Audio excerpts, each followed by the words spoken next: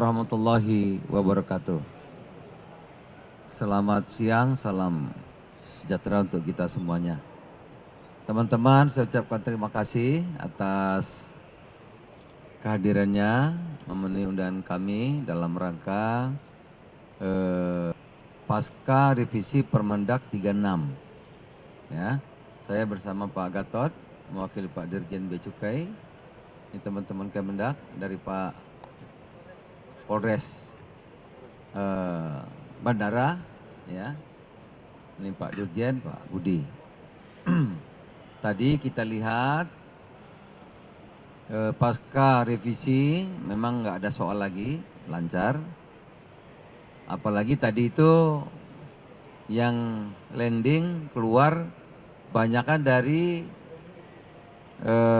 Hong Kong, dari Taiwan, dari Dubai gitu ya. Dari negara-negara yang memang masuk dan keluar tenaga kerjanya itu terdidik, terlatih. Nggak ada masalah sama sekali gitu. Tapi memang kita belum lihat yang dari Malaysia misalnya, itu belum. Tapi kalau yang tadi yang turun itu Taiwan, Hong Kong, Dubai, Qatar, itu nggak ada masalah. Mudah-mudahan dengan revisi Permendak itu segala hal menyangkut PMI sudah bisa diselesaikan. Nah, yang kedua memang itu harus ditegakkan aturan mengenai just tip. Nah, just tip itu tadi kami lihat ya. Karena biasanya ada orang-orang tertentu yang mempergunakan jasa titipan itu. Nah, itu kan mesti ada aturannya. Kalau makanan nggak bisa, orang ngambil makanan terus dikasih konsumen kan nggak bisa. Dia mesti melalui kargo, karena harus ada izinnya kan. Nanti izin edar makanan. Saudara-saudara kalau ke luar negeri bawa rendang aja kan diambil gitu. Makanan ya. Tadi yang saya lihat di situ ada dari orang asing bawa-bawa alat-alat alat-alat apa tuh mesin.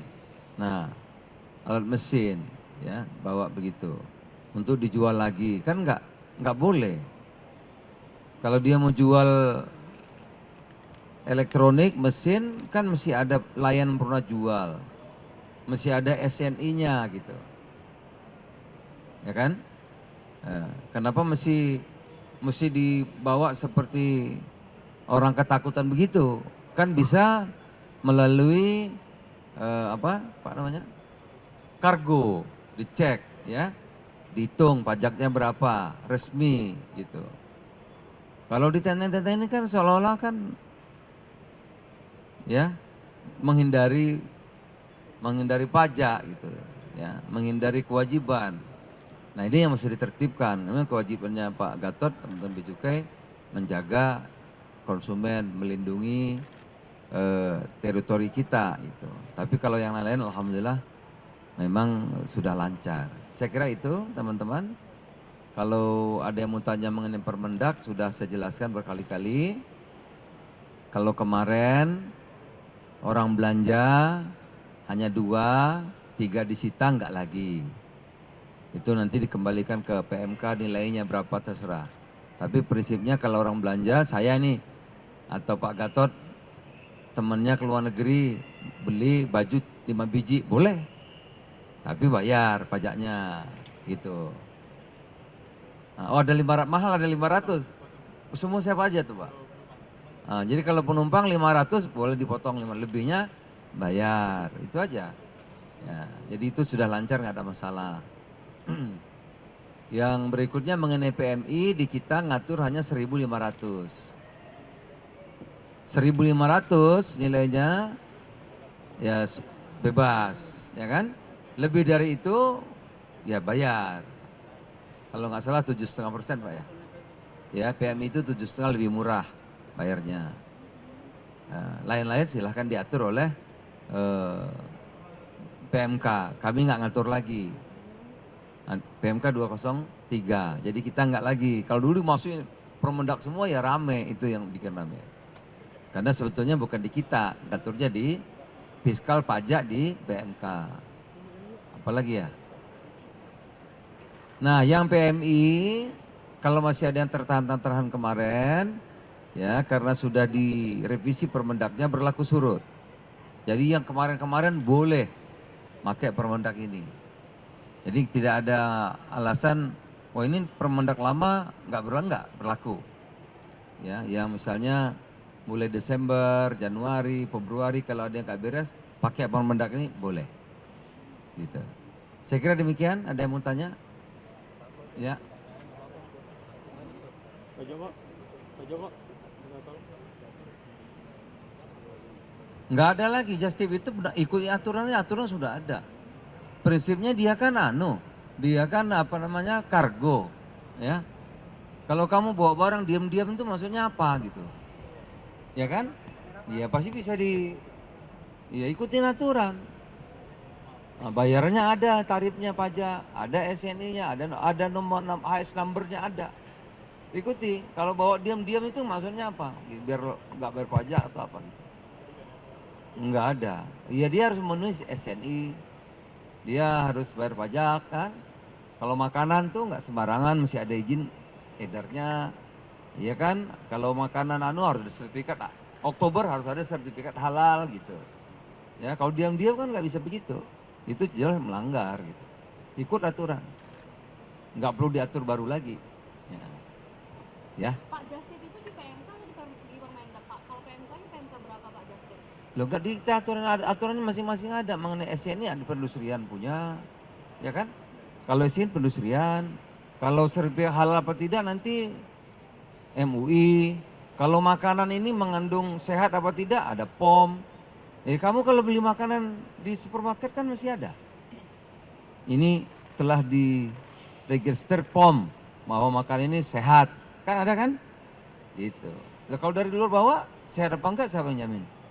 Nanti kalau ada keracunan terus gimana? Gitu. Jadi harus memenuhi aturan Indonesia. Aturan itu banyak, nggak cuma satu kan? Nah, makanan ada POM-nya, kalau elektronik, industri ada standar industrinya, ada itu. Ya.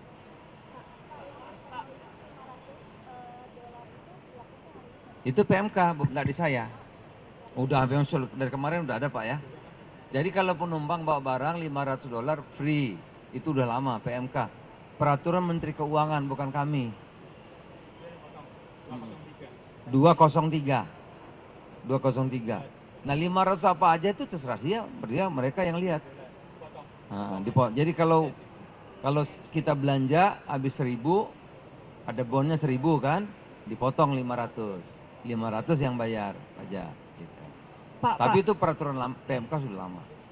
Pak, terkait pembatasan impor Fortikan bagaimana Pak? Karena kan Fortikan ini membantu bahan tepung terigu, bahan baku tepung terigu. Iya. Wah pokoknya terigu, minyak mau dilartaskan enggak, udah nggak ada lagi. Ya, nggak ada lagi itu. Kemarin usulan dari industri terkait, nggak bisa. Mau terigu itu makanan nomor 2. Kalau diatur-atur, dilartaskan aman, nanti orang makannya gimana? Jadi enggak. Terigu, bahan pelumas nggak ada.